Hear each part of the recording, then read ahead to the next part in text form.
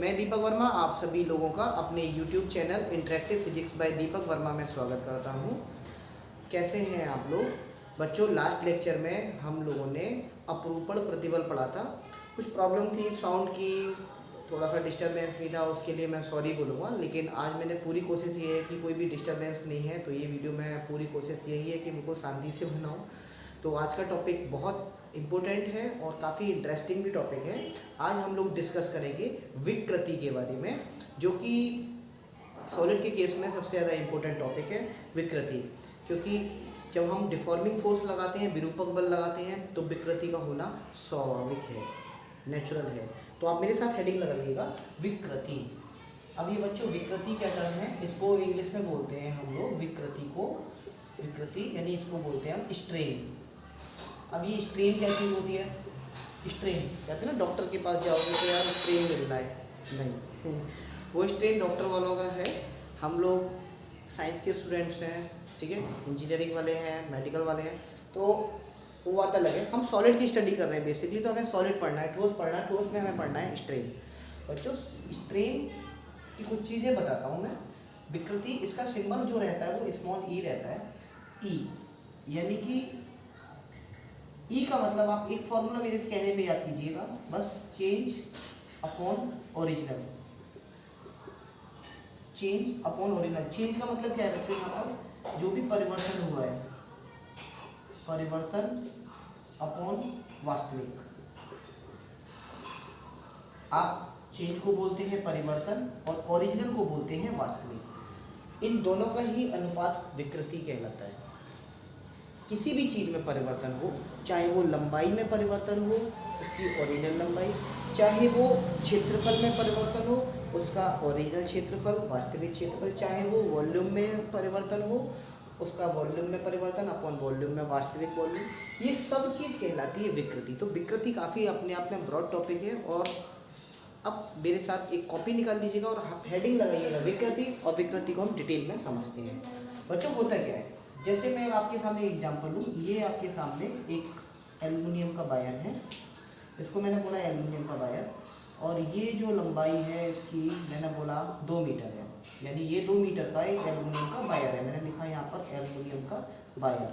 अब बच्चों इस वायर को यदि आप खींचेंगे, ठीक है, इस वायर को आपने दोनों तरफ से खींचा, एक वायर लिया एल्युमिनियम का, उसको दोनों तरफ से खींचा, ठीक है, स्ट्रेचेबल है यार, और खींचो इसे, काफ़ी फोर्स लगा के खींचा। मैं नहीं कह रहा एल्युमिनियम का वायर है, कोई सा भी मटेरियल ले सकते हैं, आपकी मर्जी है। ये जो 2 मीटर का वायर है, जब आप दोनों तरफ से फोर्स लगाएंगे, आपने इधर से भी एफ लगाया और इधर से भी एफ लगाया, तो मैं समझता हूँ कि इसकी लंबाई में कुछ परिवर्तन आएगा। जो मैं कहना चाह रहा था, इसकी लंबाई में कुछ परिवर्तन आया, और अब इसकी लंबाई जो हो गई है, मान लीजिए अब हो गई है, मान लीजिए 2.75 मीटर, ठीक है। उसकी लंबाई में जो परिवर्तन हुआ वो कितना हुआ? 2.75 मीटर। नहीं, लंबाई उसकी पहले से बढ़ी। जब आप दोनों तरफ से तनन बल लगा रहे हैं, टेंसाइल फोर्स लगा रहे हैं, तो वायर की लंबाई बढ़ी। अब भैया कितनी बढ़ी? तो परिवर्तन निकालने के लिए आप कैसे निकालेंगे? परिवर्तन निकालने के लिए final length minus initial length कर दीजिए, यानी कि परिवर्तन को मैं बोलता हूँ डेल्टा एल, ठीक है। परिवर्तन को मैं बोलूँगा डेल्टा एल यहाँ पर, क्योंकि ये लंबाई में परिवर्तन हुआ है, इसलिए लेंथ वाइज चल रहा है, तो इसीलिए मैंने बोला डेल्टा एल। तो परिवर्तन लंबाई में हो रहा है, तो बाद में जो लंबाई आई है वो 2.75 है, माइनस इनिशियल जो थी वो 2.00 थी, क्योंकि 2 मीटर की लंबाई की थी।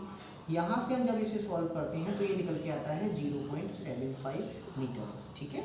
ये कितना निकल के आया? 0.75 मीटर। यानी कि जो उसकी लंबाई में परिवर्तन हुआ है बच्चों, वो 2 मीटर से 2.75 मीटर बना, तो उसकी लंबाई में जो परिवर्तन निकल के आया है वो 0.75 मीटर है। अच्छा, अब इसकी वास्तविक लंबाई आप निकालिएगा। वास्तविक लंबाई कौन सी लंबाई होती है? जो इनिशियल लंबाई थी, इनिशियल लेंथ थी, यानी 2 मीटर, 2 मीटर का ही तार था आपके सामने, तो ये 2 मीटर की लंबाई थी। अब आप इसकी में विकृति जानना चाहेंगे, विकृति कितनी है, इसमें स्ट्रेन कितनी डेवलप हुई है, तो इसकी स्ट्रेन कैसे निकालेंगे? यहाँ पर स्ट्रेन निकालने के लिए सिंपल एक फॉर्मूला आप दिमाग में रखिएगा, चेंज अपॉन ओरिजिनल। अब चेंज यहाँ पर किस वाइज हो रहा है? लेंथ वाइज हो रहा है, तो यहाँ मैंने सफिक्स में लिख दिया एल। ई लेंथ वाइज कितना आया? परिवर्तन कितना आया है, फॉर्मूला आपके सामने वही है, परिवर्तन अपॉन वास्तविक, परिवर्तन अपॉन वास्तविक। वास्तविक परिवर्तन कितने का आया है 0.75 का, वास्तविक कितना आया है, लंबाई आपकी 2।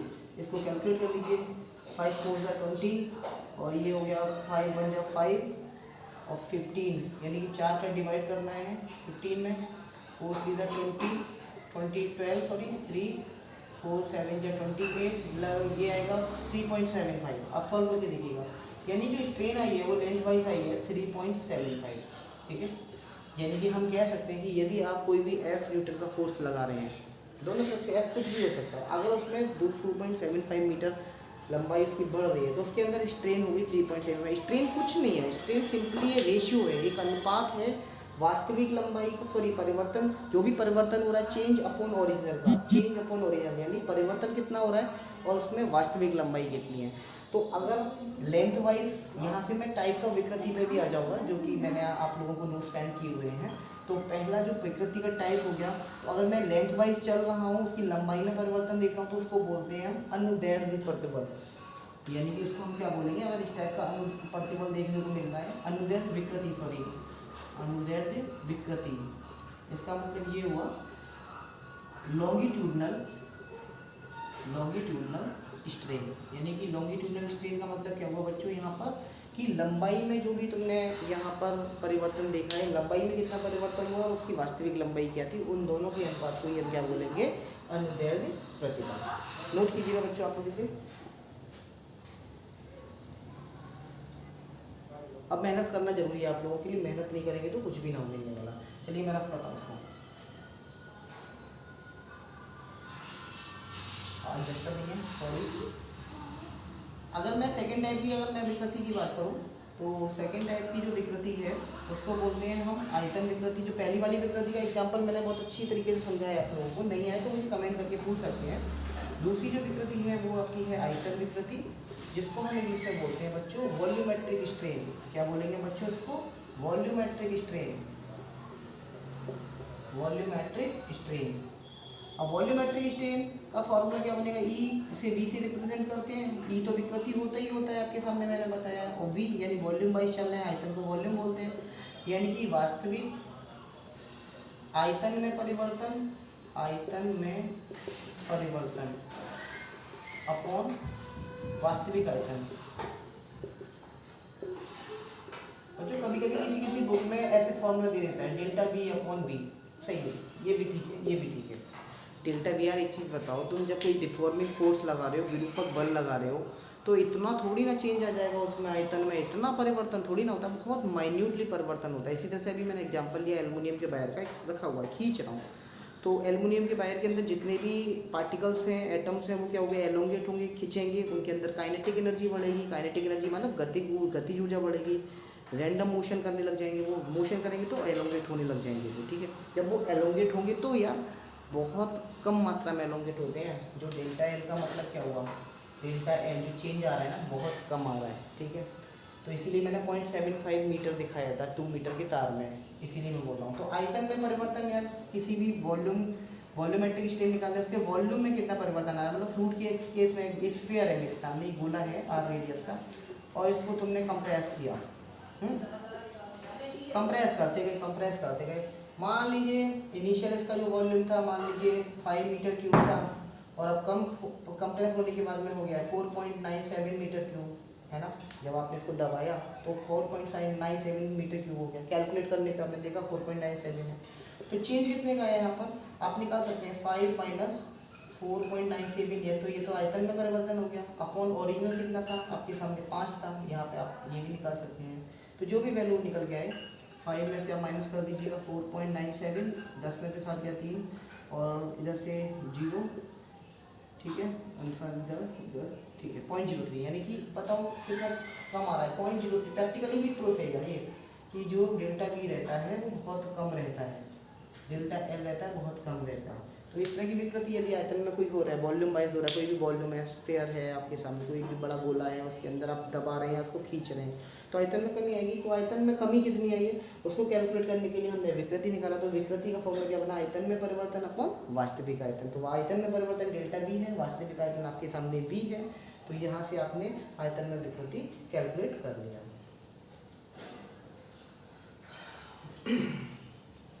एक तीसरी टाइप की विकृति और होती है,